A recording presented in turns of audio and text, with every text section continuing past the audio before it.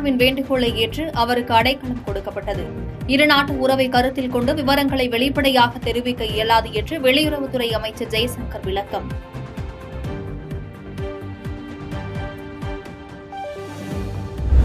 வங்கதேசத்தில் சிறுபான்மையினராக உள்ள இந்துக்கள் கிறிஸ்துவர்களின் பாதுகாப்பு உறுதி செய்யப்படும். நிலைமையை தொடர்ந்து உற்றுநோக்கி வருவதாகவும் அமைச்சர் ஜெய்சங்கர் பதில்.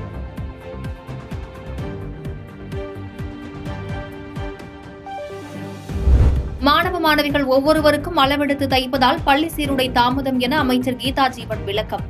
காரணம் தெரியாமல் பள்ளி சீருடைகள் முறையாக வழங்கவில்லை என எடப்பாடி பழனிசாமி குற்றம் சாட்டுவதாக பேட்டி. அவர் அது தெரியாம அந்த ஒரு குற்றச்சாட்டை வச்சுட்டாரு.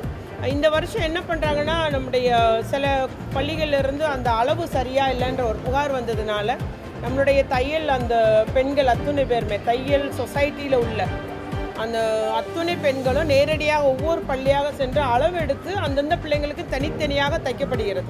அதனால சிறிது காலதாமதம். எல்லாம் 4 செட்டுமே உண்டு, 4 செட்டு யூனிஃபார்ம் உண்டு பிள்ளைங்களுக்கு. ஹிமாச்சல பிரதேசத்தில் மேக வெடிப்பால் பாதிக்கப்பட்ட ராம்பூர் பகுதியில் பாஜக எம்பி கங்கனா ரணாவத் ஆய்வு. பாதிக்கப்பட்ட மக்களுக்கு மத்திய அரசு வழங்கிய நிவாரணத் தொகை போய் சேரவில்லை என்று காங்கிரஸ் அரசு மீது குற்றச்சாட்டு.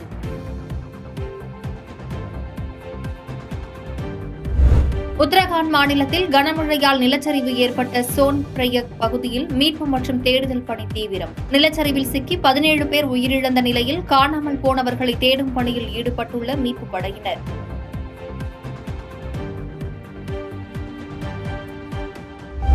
சிதம்பரத்தில் கூட்டு குடிநீர் திட்டம் உள்ளிட்ட வளர்ச்சிப் பணிகள் அனைத்தும் மார்ச் மாதத்திற்குள் முடிவடையும்.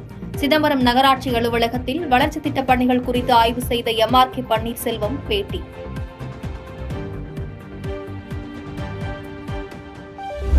சேலம் மாவட்டம் எடப்பாடி காவல் நிலையத்தின் மீது பெட்ரோல் குண்டு வீச்சு. தப்பி ஓடிய குற்றவாளியை தேடும் காவல்துறை.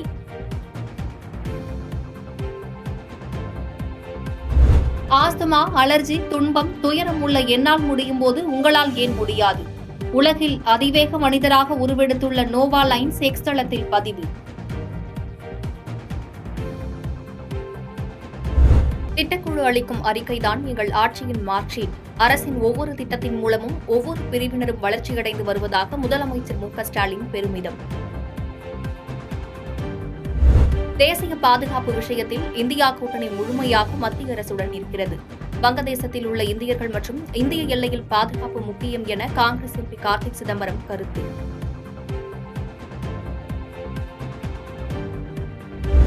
கடந்த 40 ஆண்டுகளில் 875 மீனவர்கள் இலங்கை கடற்படையால் கொல்லப்பட்டுள்ளனர்.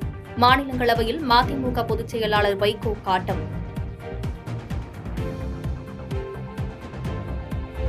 சென்னை தலைமைச் செயலகத்தில் முதல்வர் மு க ஸ்டாலின் தலைமையில் மாநில திட்டக்குழு கூட்டம். விரிவுபடுத்தப்பட்ட காலை உணவு திட்டம், மகளிர் உரிமை திட்டம் மற்றும் ஆகஸ்ட் 9 முதல் நடைமுறைப்படுத்த இருக்கும் தமிழ் புதல்வன் திட்டம் குறித்து கூட்டத்தில் ஆலோசனை. வங்கதேச விவகாரத்தில் எடுக்கப்பட்ட நடவடிக்கை குறித்து அனைத்துக் கட்சி கூட்டத்தில் அமைச்சர் ஜெய்சங்கர் விளக்கம். வெளிநாட்டு சதி உள்ளதா என்று எதிர்க்கட்சித் தலைவர் ராகுல் காந்தி கேள்வி. வங்கதேச பிரச்சினையில் இந்திய அரசு எடுத்துள்ள நிலைப்பாடு என்ன? நாடாளுமன்றத்தில் பிற்பகலில் அறிக்கை தாக்கல் செய்கிறார் மத்திய அமைச்சர் ஜெய்சங்கர். கோவை மாநகராட்சி மேயராக போட்டியின்றி வெற்றி பெற்றார் ரங்கநாயகி. வேறு யாரும் வேட்புமனுவை தாக்கல் செய்யாததால் ஒருமனதாக தேர்வு.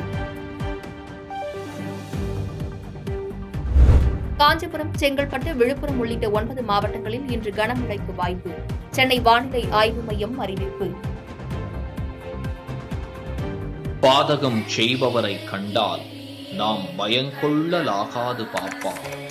மோதி மிதித்து விடு பாப்பா, அவர் முகத்தில் உமிழ்ந்து விடு பாப்பா. அண்மை செய்திகளை உடனுக்குடன் தெரிந்து கொள்ள இணைந்திருங்கள் இயம்நாடு தொலைக்காட்சியுடன்.